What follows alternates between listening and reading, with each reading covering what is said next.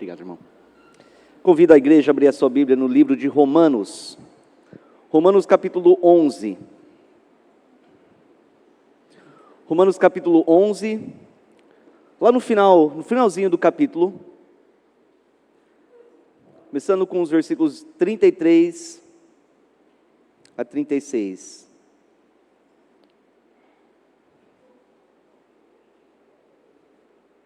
Amém? Romanos 11, 33. O apóstolo Paulo escreve: ó profundidade da riqueza, da sabedoria e do conhecimento de Deus. Quão insondáveis são os seus juízos e inescrutáveis os seus caminhos.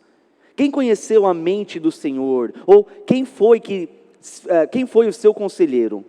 Quem primeiro lhe deu para que ele o recompensasse? Pois dele, por ele e para ele são todas as coisas. A ele seja glória para sempre. Amém. Amém? É muito bom ver todos vocês aqui hoje. E eu fico feliz de ver que muitos de vocês que estão aqui não estão aqui pela primeira vez. Se você está aqui pela primeira vez, é uma honra ter você aqui, muito bom. Mas eu percebo que tem muitos que estão vindo cada semana, cada domingo estão aqui, cantando louvores, como acabamos de fazer, domingo após domingo, orando ao Senhor, domingo após domingo, ouvindo a palavra do Senhor sendo pregado, e isso é muito bom, tudo isso é muito bom, louvando ao Senhor, orando para o Senhor, ouvindo a palavra do Senhor. Mas hoje eu te pergunto, será que você realmente conhece esse Deus a quem você está cantando esses louvores? Será que hoje você pode dizer sinceramente que você conhece este Deus a quem você oferece as suas súplicas e orações? Você conhece esse Deus que tem falado com você através da palavra dEle? Será que você realmente conhece o Deus a quem você está prestando culto? Será que você tem um entendimento correto sobre Ele? Um entendimento verdadeiro e apropriado sobre quem Ele é e como Ele é? Eu tenho falado muito ao longo desses últimos tempos sobre o propósito principal da minha e da sua vida.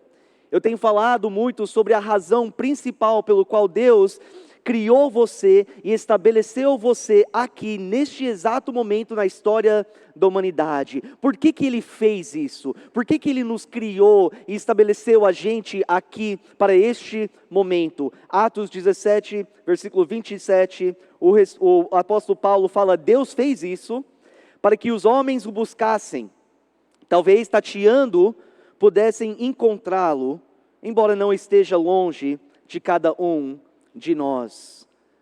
Você entende que a razão principal pelo qual você existe aqui é para que você possa buscar o Senhor, e ao buscá-lo você possa encontrá-lo, e ao encontrá-lo você entra num relacionamento verdadeiro e vivo e ativo e pessoal e dinâmico por meio do seu arrependimento e fé em Jesus Cristo. Mas para isso acontecer, para você cumprir o propósito que é conhecer o Senhor e ter um relacionamento com o Senhor, que é verdadeiro e íntimo e pessoal, você tem que ter conhecimento dEle. E nós entendemos isso muito bem no nível humano. Nós entendemos isso. Para ter um relacionamento pessoal, próximo, profundo, genuíno com um outro ser humano, há a necessidade de você conhecer aquela pessoa verdadeiramente. Você precisa saber como ela é, quem ela é, qual é, o que é aquilo que ela pensa, como ela pensa, quais são os interesses, quais são os desejos, quais são os objetivos. Deus sabe disso. Ele sabe que nós precisamos conhecê-lo para ter um relacionamento profundo com Ele. Então por isso Ele revelou para nós quem Ele é e como Ele é.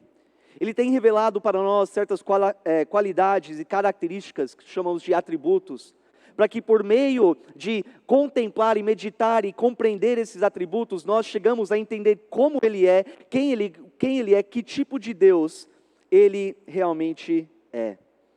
Então, quando nós falamos sobre os atributos de Deus, estamos tentando responder perguntas como: quem é Deus? como é Deus, que tipo de Deus Ele realmente é. Se você não conhece como Ele é, quem Ele é, o que Ele deseja, como Ele pensa, qual é os interesses dEle, a vontade dEle, você jamais vai conseguir saber como se relacionar com Ele.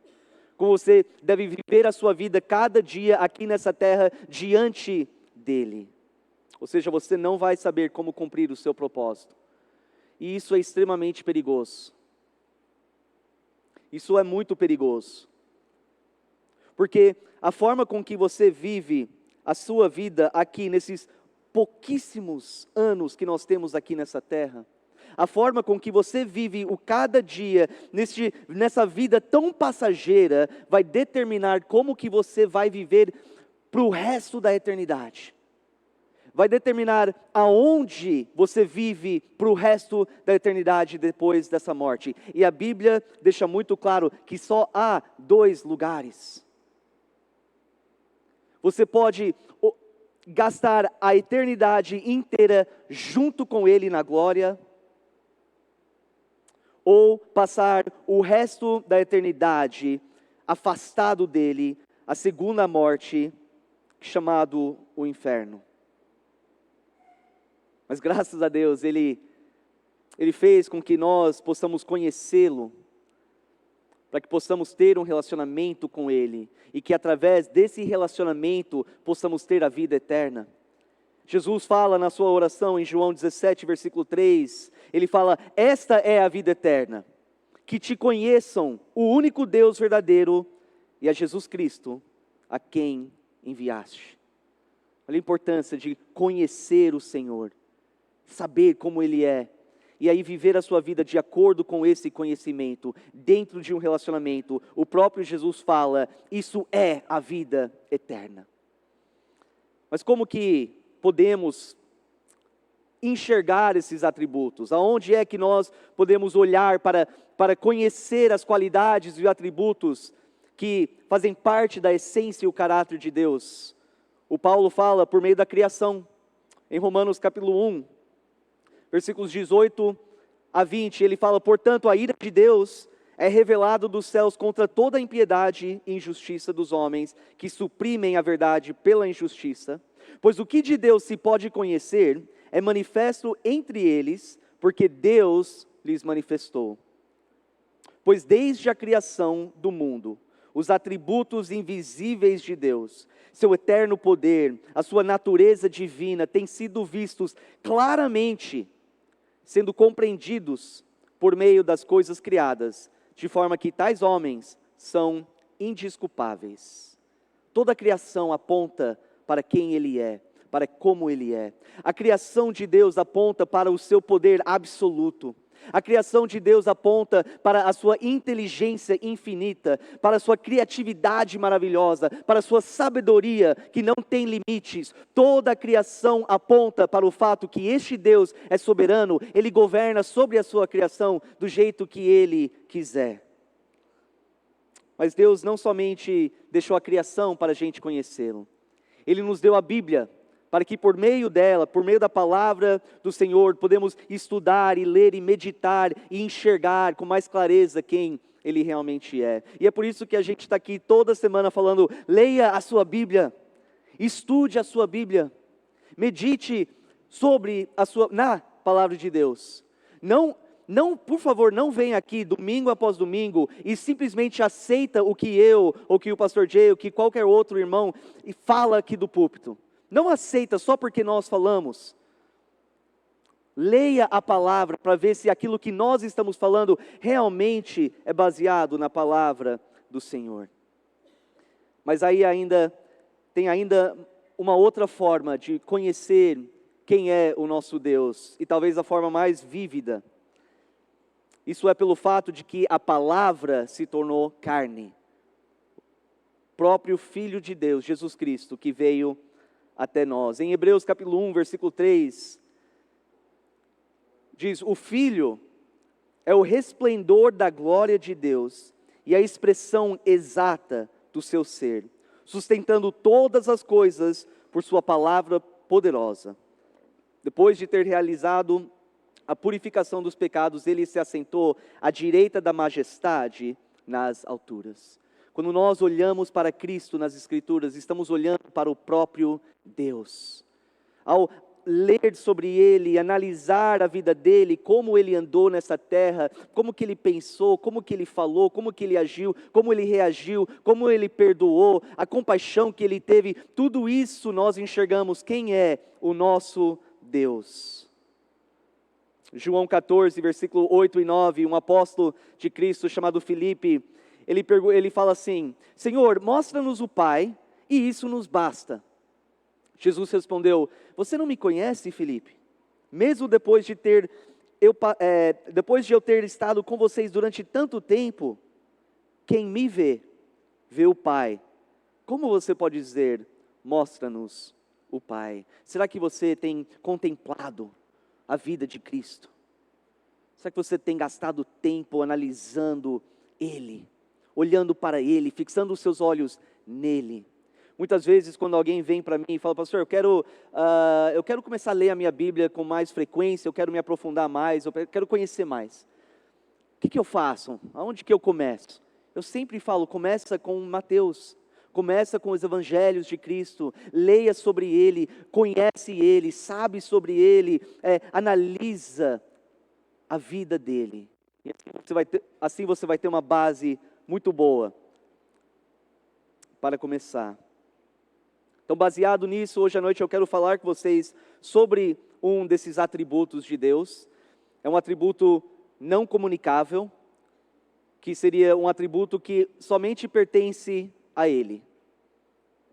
É um atributo que não é visto em nenhuma outra criatura no universo e além do universo, em qualquer outra dimensão. É um atributo chamado aceidade. A aceidade de Deus. É um atributo, na verdade, ignorado, talvez por alguns, talvez não compreendido por outros. E você vê isso através da forma com que se relaciona com Deus, do jeito que eles vivem diante de Deus. Mas o que significa essa palavra? Essa palavra é uma palavra que tem a sua origem na língua latim. Uma palavra composta de duas palavras no latim. A primeira é a, que significa de ou por, e a segunda palavra é si, que significa si mesmo. Então, juntando isso, a palavra significa de si mesmo ou por si mesmo. A aceidade de Deus significa que Ele existe de si mesmo, por si mesmo, exclusivamente pela o seu próprio poder. A aceidade de Deus é a autoexistência do Senhor. Esse, na verdade, tem tudo a ver com um outro atributo chamado eternidade. Um atributo um pouco complicado de compreender. Mas você ligando esses dois atributos, você enxerga um pouco melhor quem é esse Deus. Ele é o Deus que sempre existiu. Ele é um Deus que não foi criado por ninguém e estar acima de qualquer limitação de tempo. Ele não tem começo nem fim, e existe sem sucessão de momentos, ou seja, para Ele não existe passado, presente e futuro, pois seu presente é sempre a própria eternidade. Salmos 90, versículos 1 e 2, o salmista fala: Senhor, Tu és o nosso refúgio, sempre de geração em geração. Antes de nascerem os montes e de criares a terra e o mundo, de eternidade a eternidade, Tu és Deus. O que mais que isso significa? Que Ele é eterno, que Ele é autoexistente. Significa que Ele não recebeu a vida de nenhuma outra fonte, porque Ele é a própria fonte da vida. A vida em si, estar nele, vem dele. Jesus fala em João 5,26, ele fala: pois da mesma forma como o Pai tem vida em si mesmo, Ele concedeu ao Filho ter vida em si mesmo. Deus não recebeu a vida como nós recebemos, dos nossos pais. Não, Deus é a própria vida. A vida está em si. Ele é a própria fonte. Mais para frente, em João 14:6, Jesus fala o seguinte: eu sou o caminho, a verdade e a vida. Ninguém vem ao Pai a não ser por mim. Toda a vida física, em todo o universo, vem de Deus. Toda a vida espiritual vem de Deus. Toda a vida eterna vem de Deus.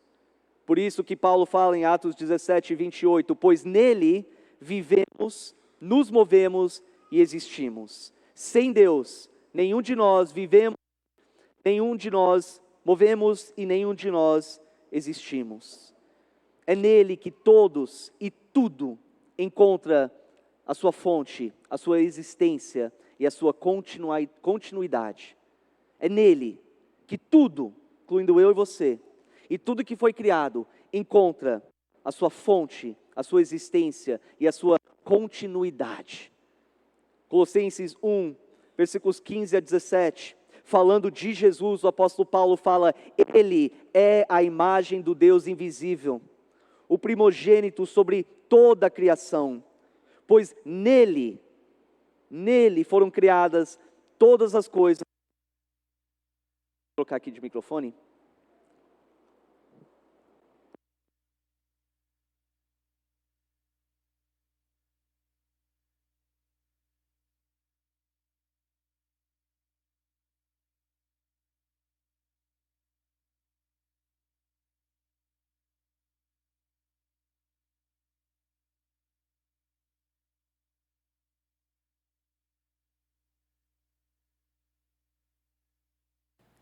O Léo gostou da ideia.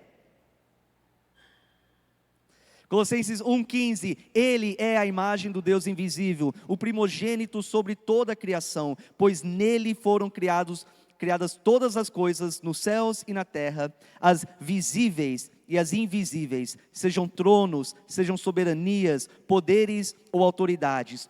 Todas as coisas foram criadas por Ele e para Ele. Ele é antes de todas as coisas e nele tudo subsiste. Acho que é uma descrição perfeita da seidade de Deus, do fato que Ele é autoexistente. A vida é nele, a vida vem dele e a vida é absolutamente e exclusivamente sustentada por Ele. Quando Deus encontra com Moisés no deserto por meio daquela sarça ardente, e Ele fala: Moisés, volta para o Egito, porque por meio de você eu vou libertar o meu povo da escravidão. Em Êxodo 3, 13 a 14, Moisés perguntou: quando eu chegar diante dos israelitas, e lhes disser, o Deus dos seus antepassados me enviou a vocês, e eles me perguntarem, qual é o nome dele? O que lhes direi? Disse Deus a Moisés: eu sou o que sou. É isso que você dirá aos israelitas: eu sou, me enviou a vocês. Em outras palavras, eu sou o Deus eterno, o Deus autoexistente, que sempre era, que há e sempre será. E é por isso que dia e noite, ao redor do trono de Deus, os anjos cantam, como nós vemos no finalzinho de Apocalipse 4, versículo 8, Santo, Santo, Santo é o Senhor, o Deus Todo-Poderoso, que era, que é e que há de vir. Eles exaltam o fato de que o nosso Deus, o autoexistente, o Todo-Poderoso, tem compartilhado vida com aqueles seres invisíveis e os visíveis. Ele compartilhou a vida para cada um de nós. A seidade de Deus é o que faz Ele completamente distinto de qualquer outra criatura que existe e que já existiu. Isaías 44, versículo 6. Assim diz o Senhor, o Rei de Israel, o seu Redentor, o Senhor dos exércitos: eu sou o primeiro e eu sou o último. Além de mim, não há Deus.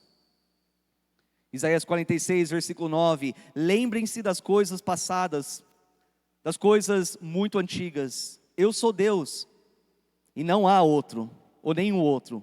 Eu sou Deus, e não há nenhum como eu. Estamos falando de um ser que está totalmente além de qualquer outra criatura, qualquer outro ser. É interessante que durante muitos anos, muitos homens, incluindo os cientistas, acreditaram que este universo em que nós habitamos era eterno e autoexistente. Eles acharam isso. Tudo isso que nós estamos vivendo aqui sempre estava, sempre era eterno, autoexistente. E é conveniente pensar assim, porque se o universo é eterno e autoexistente, não há necessidade de ter um Criador. E se não tem um Criador, nós podemos viver do jeito que a gente acha melhor, estabelecendo o nosso próprio padrão, de acordo com a nossa própria vontade. Mas com o avanço de tecnologia e evidências científicas, certos princípios científicos, como a segunda lei da termodinâmica e a teoria geral da relatividade, apontam para o fato de que esse universo não é eterno, não é autoexistente, mas finito. Hoje em dia, todos os cientistas praticamente que são credíveis, têm credibilidade, já descartaram a possibilidade que este universo é autoexistente e eterno. Ou seja, eles confessam que em algum momento tudo isso começou a existir. Teve um início. E a nossa experiência cotidiana, junto com evidências científicas, confirma que se algo existe, se algo começou a existir, então tem que ter uma causa. Algo tinha que causar aquilo a existir, a começar de existir. A gente sabe disso. A gente sabe que as coisas não aparecem do nada. A gente fica assustado, de onde veio esse negócio? Não. Essa garrafa aqui, ninguém fica com dúvida olhando para essa garrafa se ela apareceu do nada. Se ela é autoexistente. Não. Nós olhamos e nós pensamos, a garrafa está aqui porque a causa da garrafa era o fabricante dessa garrafa. Aquilo que começou a existir necessariamente exige que antes havia uma causa. Cada efeito tem uma causa. E sabendo que o universo, que é composto de tempo, espaço e matéria, não pode causar a si mesmo, que nessa mesa não estar aqui porque ela mesma se causou. É a mesma coisa com o universo. A causa do universo teria que ser algo ou alguém além do universo. Teria que ser atemporal. Teria que ser sem espaço, imaterial e absolutamente poderoso. E outra, não poderia ser causado. Teria que ser aquele que nunca foi causado, ou algo que nunca foi causado, que causou tudo isso. Os cientistas até hoje estão tentando descobrir qual é essa causa. Qual é essa força que é além do universo, que é sem espaço, imaterial, poderoso, que realmente causou tudo isso. Enquanto eles continuam a buscar e pesquisar e se frustrar, nós olhamos para a Bíblia e nós vemos que aquele que criou o universo é além do universo. Ele é eterno, atemporal. Ele é invisível, imaterial. Ele é onipotente, poderoso, mais do que poderoso, suficiente para causar. E outra, ele não é causado porque ele é autoexistente. Este é o nosso Deus. A nossa fé não é uma fé cega, uma fé que não faz sentido. A nossa fé, na verdade, aponta e explica de forma muito mais coerente como que tudo isso começou, através de um Deus que é autoexistente. Agora, se ele nunca foi criado, mas sempre existiu por meio do seu próprio poder, então, naturalmente, ele não depende em nada e ninguém para fazer com que ele continue a existir. ele é autossuficiente. Se ele é autoexistente, ele também necessariamente é autossuficiente. Ele não depende em nada ou ninguém fora de si. Nenhum fator exterior, uma força exterior, para ele continuar a ser quem ele é. Ele não depende em ninguém para sustentá-lo. E é impossível que alguém possa tirar a vida dele, porque ele é a própria vida. Muitas vezes ao longo da igreja nós ouvimos muito sobre essa batalha, essa guerra espiritual, e é real.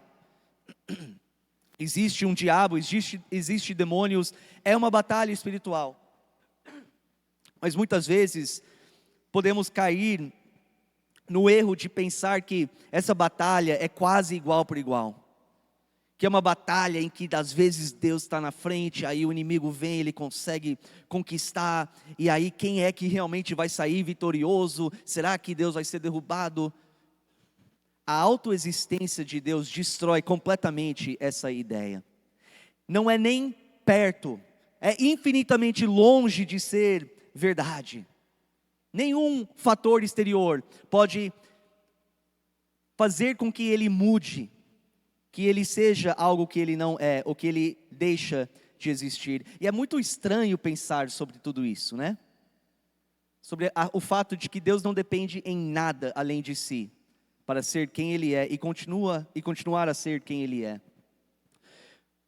Porque toda criatura, todos, independentemente se faz parte da criação, se é o ser humano, tudo que existe neste planeta depende em algo além de si para continuar a existir.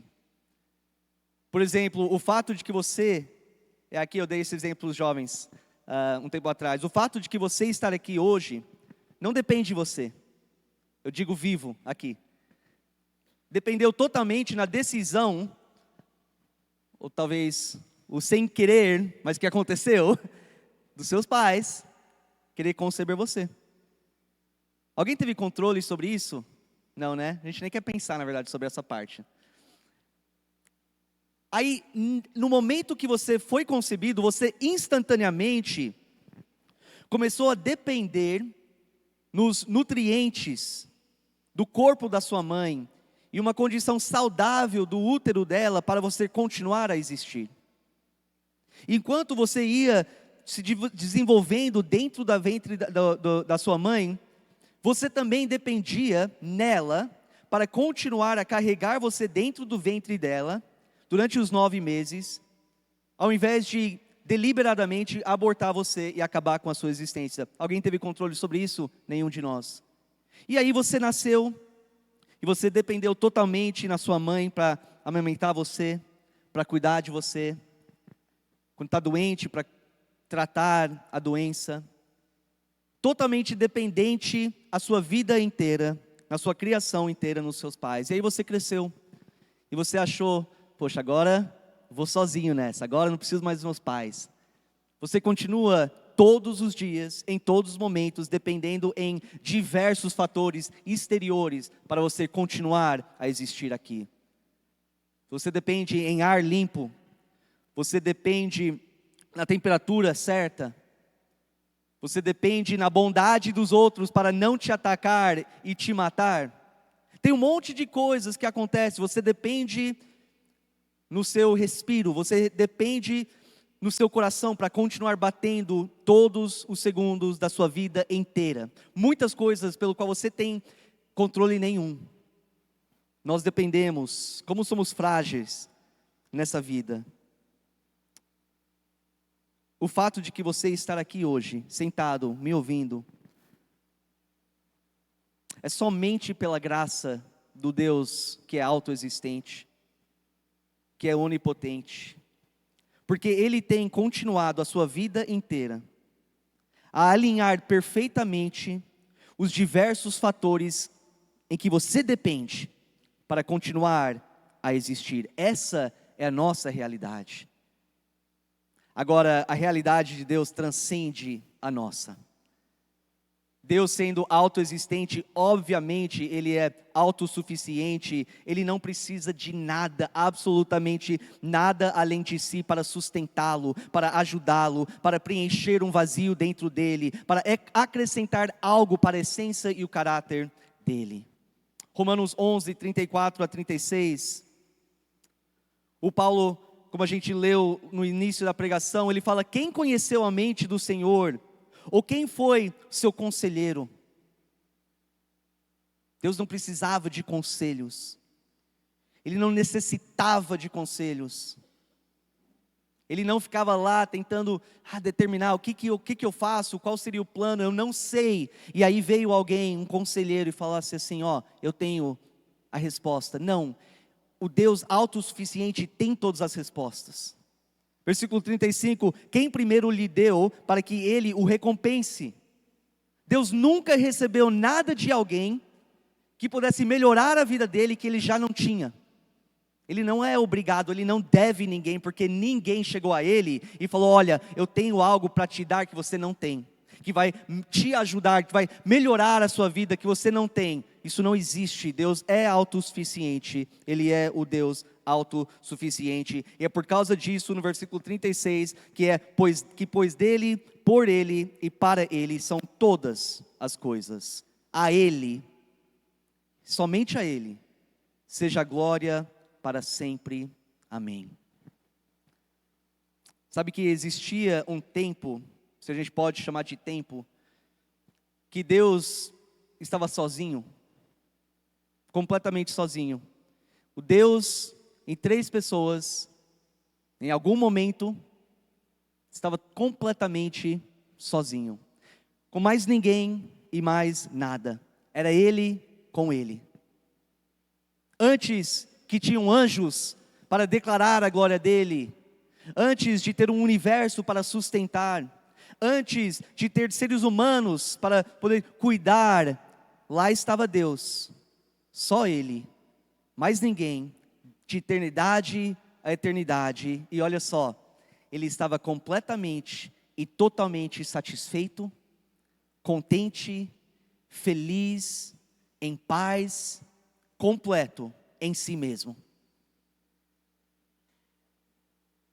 A criação, os anjos, o universo, cada ser humano que veio a existir, não acrescentou absolutamente nada para a felicidade, para a paz, para o contentamento e a satisfação de Deus, porque Ele é tudo isso em si mesmo. Ele não depende da sua criação para trazer isso para Ele.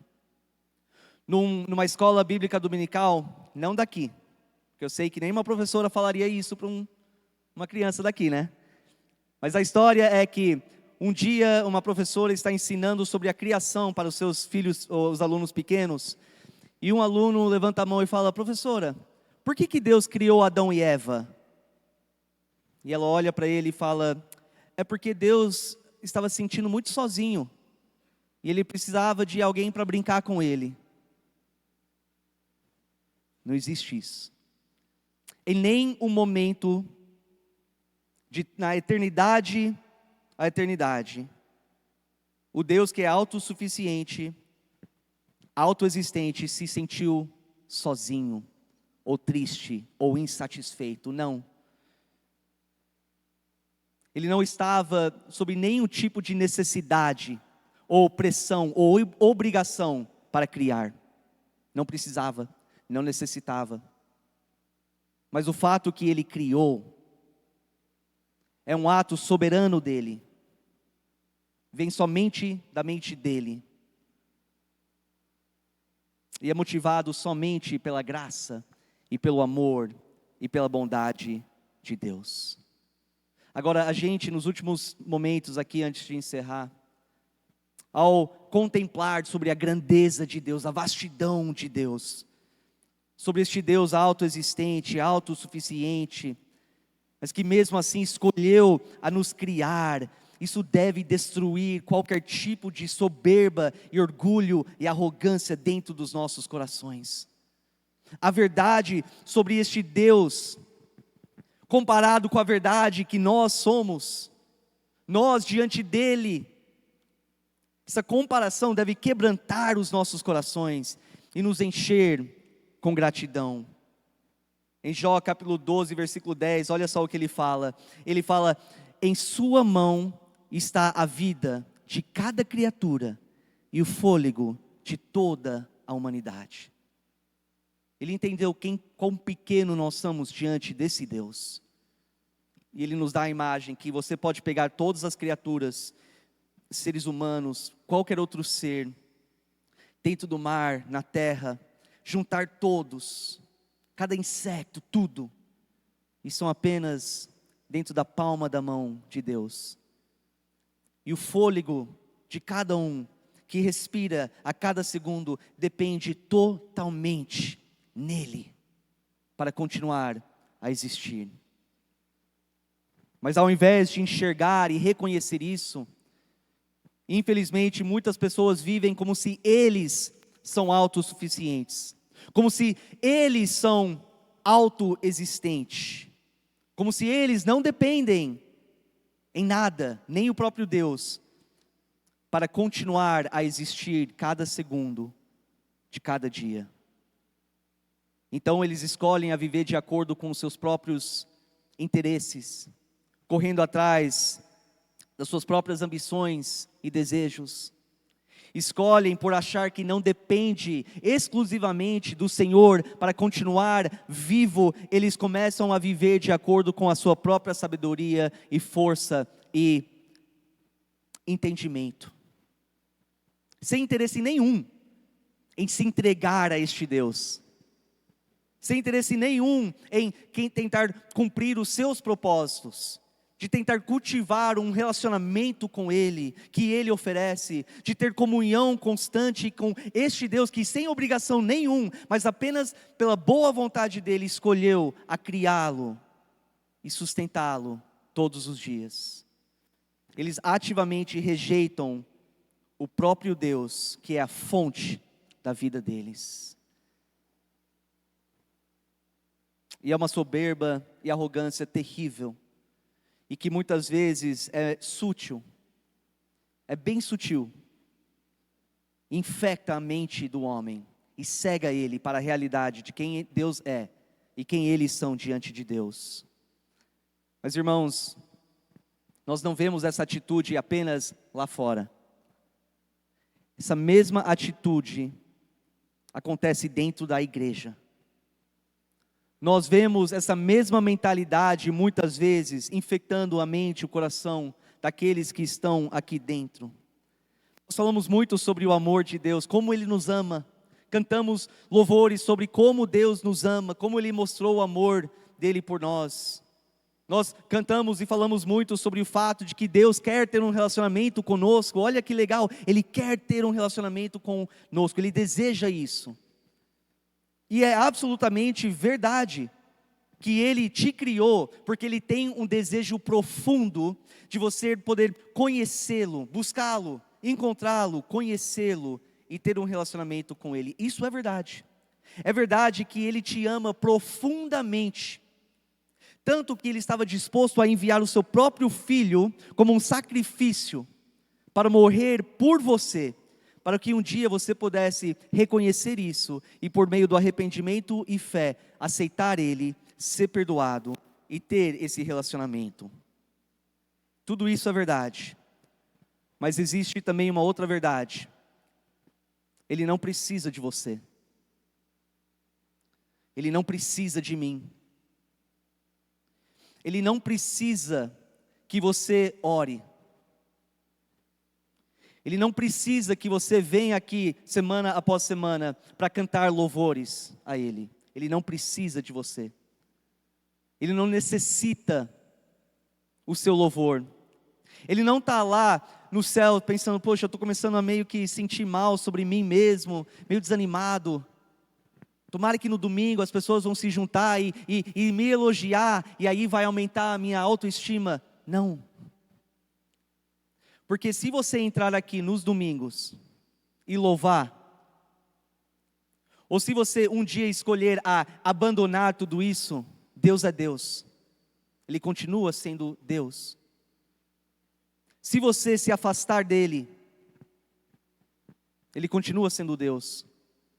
Se você não o buscar, não cumprir o propósito pelo qual Ele te colocou nessa terra, Ele continua sendo o Deus autoexistente e autossuficiente. Ele não precisa de você, Ele não precisa de mim. Atos 17, versículo 25, o último versículo que vamos ler. O Paulo fala dele, ele não é servido por mãos de homens, como se necessitasse de algo, porque Ele mesmo dá a todos vida, o fôlego e as demais coisas.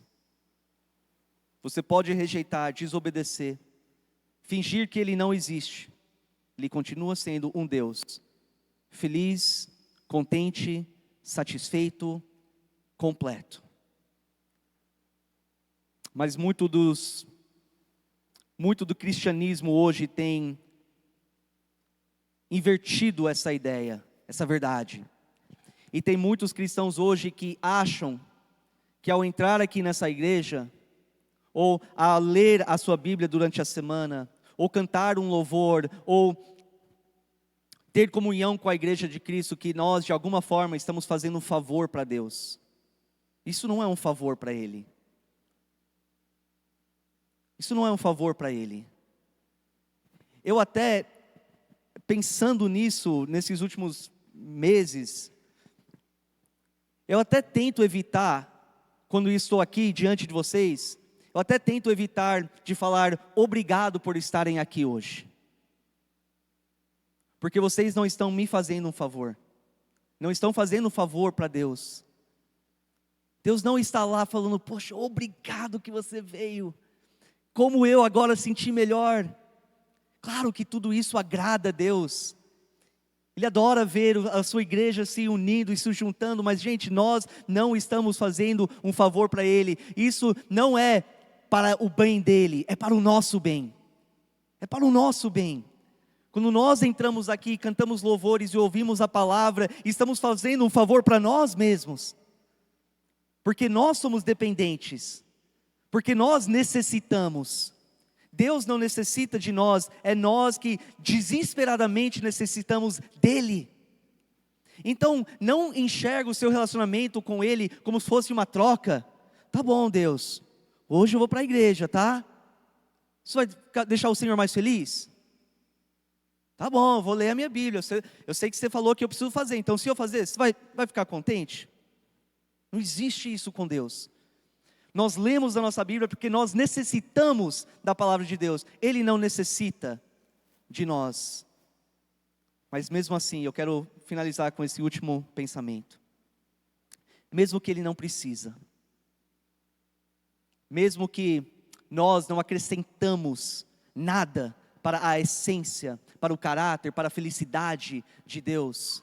Mesmo assim, Ele escolheu, sem precisar, sem necessitar, Ele escolheu a te criar. Não precisava, mas Ele queria. A seidade de Deus destaca o amor e a bondade e a graça de Deus de forma impressionante. Como assim? Um Deus autoexistente, autossuficiente, que não precisa de nada, escolheu não somente me criar, mas depois disso me dar uma oportunidade de conhecer Ele. E ao conhecê-lo, experimentar o nível mais profundo do amor. O nível mais profundo que existe de bondade e paz e alegria e satisfação e felicidade. Porque Ele é a própria essência do amor, bondade, paz, alegria e satisfação. Ele me dá essa oportunidade, Ele não precisava, mas Ele escolheu a me colocar aqui, para que eu possa experimentar algo que eu jamais consigo, ou jamais imaginaria, de quão bom seria. E lembra do preço que Ele teve que pagar para isso acontecer. É impressionante como o nosso Deus é bom. Ele não precisava, mas Ele criou. A criação dele vira as costas para Ele. A criação, sustentado por Ele, pela mão dEle, todos os dias, vira costa para Ele. E mesmo assim, em vez de jogar tudo fora, condenar tudo, que seria totalmente justo, Ele envia o seu próprio Filho para se tornar carne e osso e enfrentar pobreza e tentação e fome e sede e necessidade e perseguição e tortura e até morte na cruz, para pagar a consequência dos seus e dos meus pecados. Ele não precisava. E se ele não tivesse feito nada disso, ele teria continuado sendo o mesmo Deus. Mas ele escolheu pela sua própria bondade, amor e graça, a te criar, a te sustentar e revelar quem Ele é para você.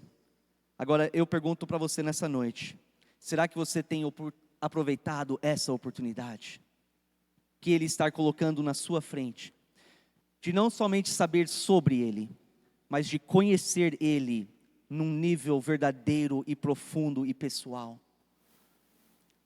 E se você fala, sim, eu conheço Ele, eu aceitei Jesus, eu pergunto: será que você está tratando Ele com arrogância?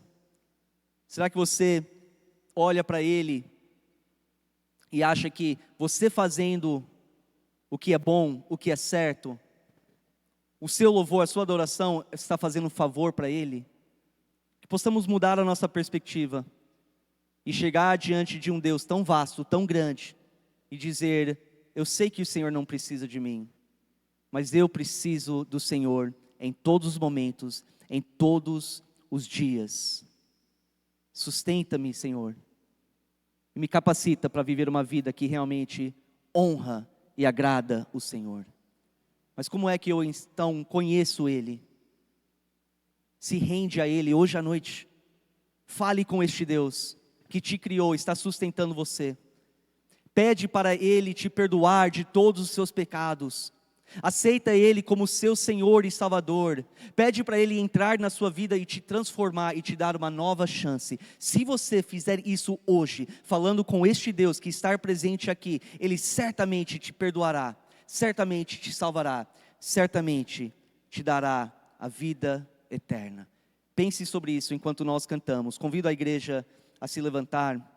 Neste momento você pode continuar adorando Ele em oração por meio desses louvores. O altar estará aberto. Tem homens e mulheres que gostariam de orar por você e com você.